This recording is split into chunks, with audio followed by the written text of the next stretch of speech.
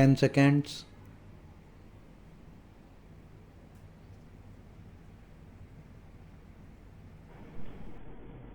Sir, several questions raised regarding the Defense Ministry and the External Affairs and Irrigation Ministries have been clarified by my colleagues from those ministries.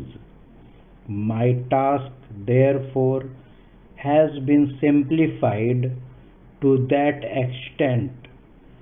Before I go to the questions, financial and economic, raised by several honorable members, I should like to clarify one or two points which are more administrative than economic or financial.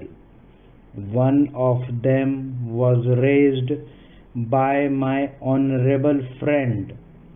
He raised the question about the recruitment by the Assistant Superintendent's Departmental Competitive Examination, and particularly about the examination held in 2010.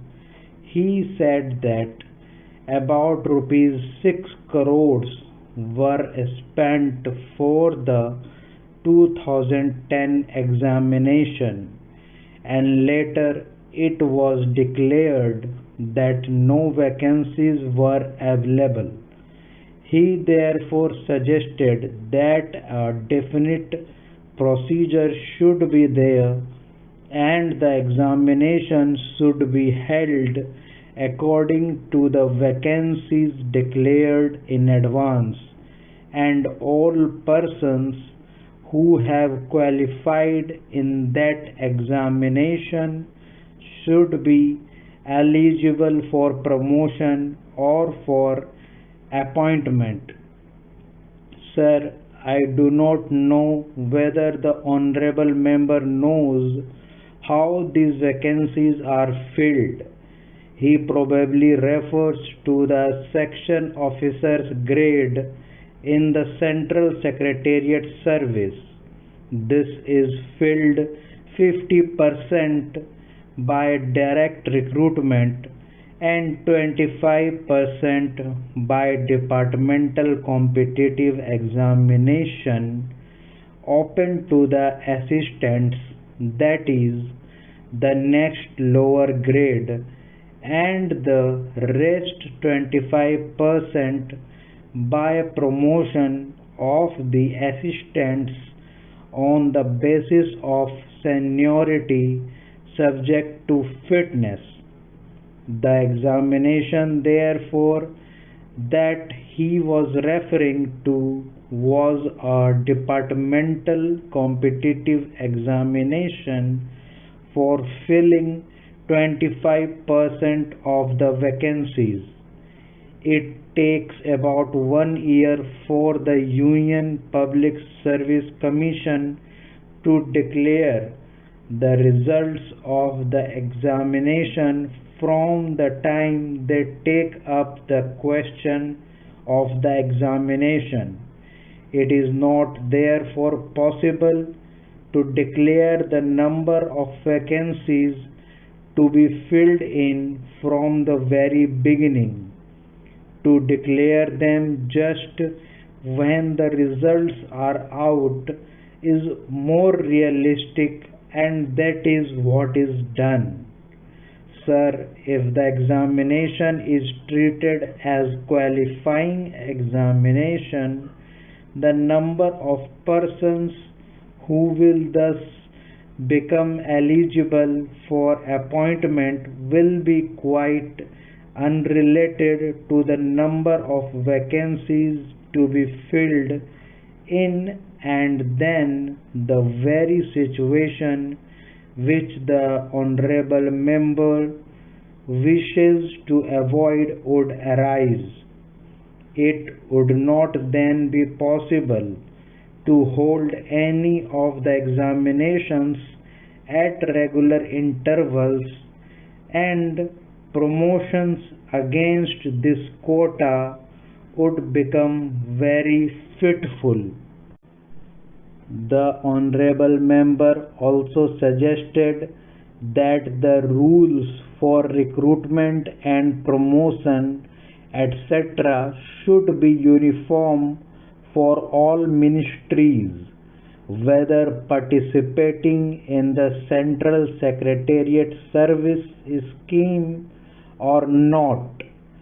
It must be, and this is so, except for the Ministry of External Affairs and the Railways.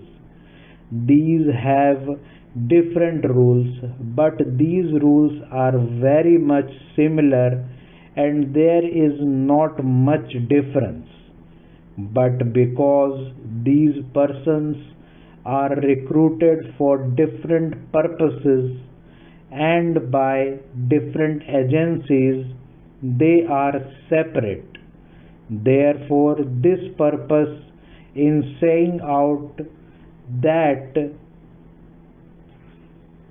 there should be uniformity is almost carried out. The only difference is that the Ministry of Home Affairs does not control the services in these two ministries. Then, sir, questions were raised about backward areas and the backward states, and also about the city of Kolkata. If the budget is properly scrutinized, it would be found that assistance is provided for the states, particularly the backward states, and the Finance Commission, which assesses the overall requirements of the states, takes this into consideration and makes its recommendations, which are carried out every time the Finance Commission's recommendations are received, and they are received periodically according to the Constitution. Sir, I would like to give the total amount paid to the states on this account.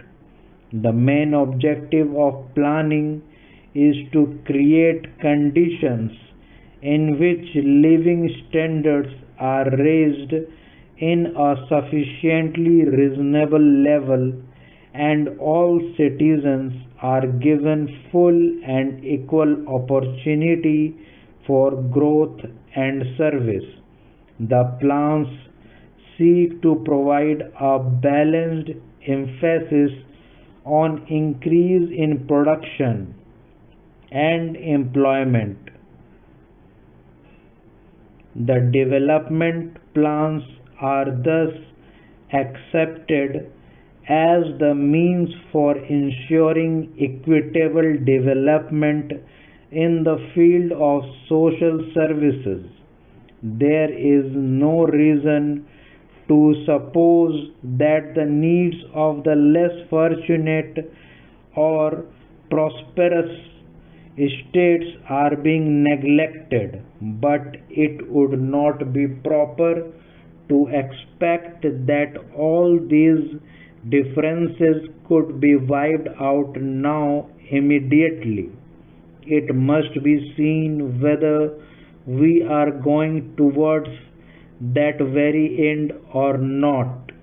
We are deliberately going towards that end, and we hope and trust that in course of time these inequalities would be wiped out, if not completely wiped out, at any rate they would be lessened. My honorable friend complained about inadequate provision included in the plan for meeting the growing requirements of the city of Calcutta, where even the basic services like water supply, sewage disposal, and drainage were not augmented, and that the central government was not enthusiastic about solving these difficulties.